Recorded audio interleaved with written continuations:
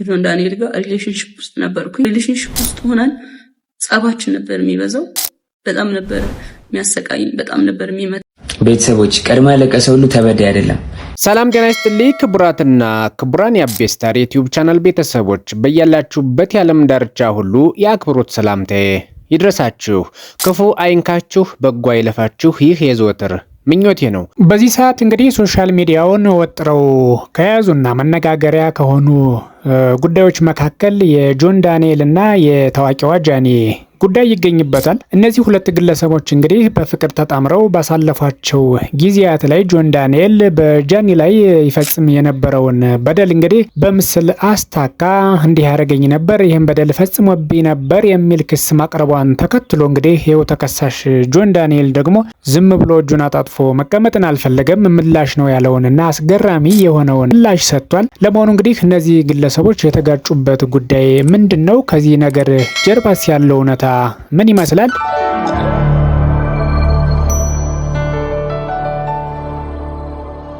የጃኒና የጆን ዳንኤል ንትርክ የጀመረው እንግዲህ ትናንትና አይደለም።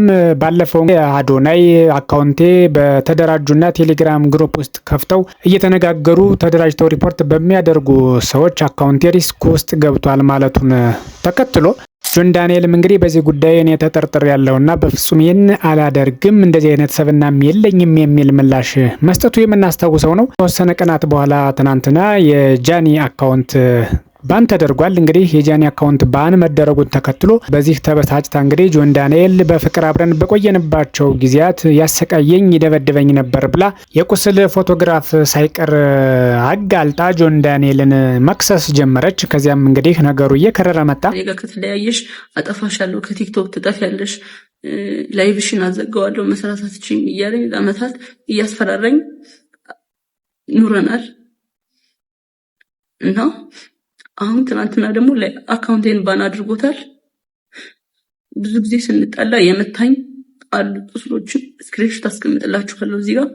ጆን ዳንኤልም እንግዲህ በዚህ ጉዳይ ላይ በፍጹም እጄ የለበትም፣ ይህ ቁስል የተፈጠረው በሆነ አጋጣሚ መግለጽ የማልፈልገው ጉዳይ ተከስቶ እንለያይ የሚል ጥያቄ አቀረብኩላት። እሷም እንግዲህ በእኔ ሀሳብ ስላልተስማማች የምንለያይ ከሆነ ራሴን አጠፋለሁ ብላ ዘላ ክፍሏ ውስጥ ገብታ ቆልፋ ራሷን መጉዳት ጀመረች ነው ያለው። ከእኔ ይልቅ እሷ በሰዎች መካከል እያለን ታዋርደኝ፣ ተሳድበኝ ነበረ፣ በጥፊ ሁሉ ሰው መሀል ትመታኝ ነበረ፣ በጣም ወጣ ያለ ባህሪ ያላት ልጅ ናት ሲል ነው እንግዲህ ጆን ዳንኤል ጃኒን መልሶ የከሰሳት።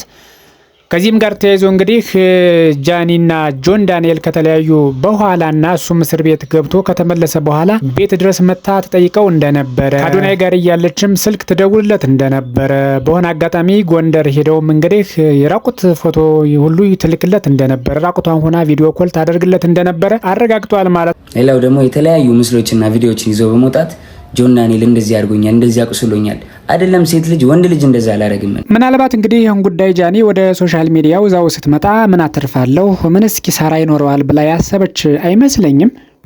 በወቅቱ እንግዲህ አካውንቷ ባን መደረጉን ተከትሎ እንግዲህ ይህን ሊያደርግ የሚችል ከዚህ በፊት በፍቅር ግንኙነት አብሬው የነበርኩት ሰው ጆን ዳንኤል ነው የሚል ግንዛቤን ይዛ የመጣች ይመስለኛል። ቢሆንም እንዲህ አይነት ነገሮችን ከማድረግ በፊት ማሰብ ማሰላሰል ይቀድም ነበረ።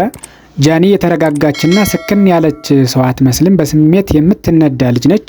እያንዳንዱ እንቅስቃሴዋና ንግግሯ ሁሉ የታሰበበትና የተሰላሰለ አይመስልም። ስለምትከታተሉን ከልብ እናመሰግናለን። የዛሬውን በዚሁ እናበቃለን። ሰላም ለዓለማችን፣ ሰላም ለሰው ልጅ ሁሉ ይሁን።